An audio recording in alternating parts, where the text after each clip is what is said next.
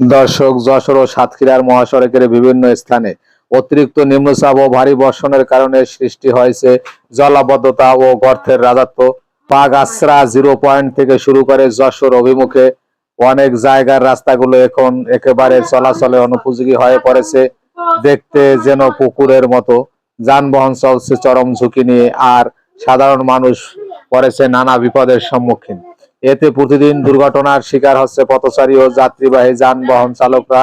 Easy bike, motorcycle, van, এমনকি ছোট পরিবহনগুলো হঠাৎ গর্তে পড়ে উল্টে যাওয়ার মতো ঘটনার সম্মুখীন হচ্ছে, যার ফলে ঘটে যাচ্ছে নানা মর্মান্তিক দুর্ঘটনা।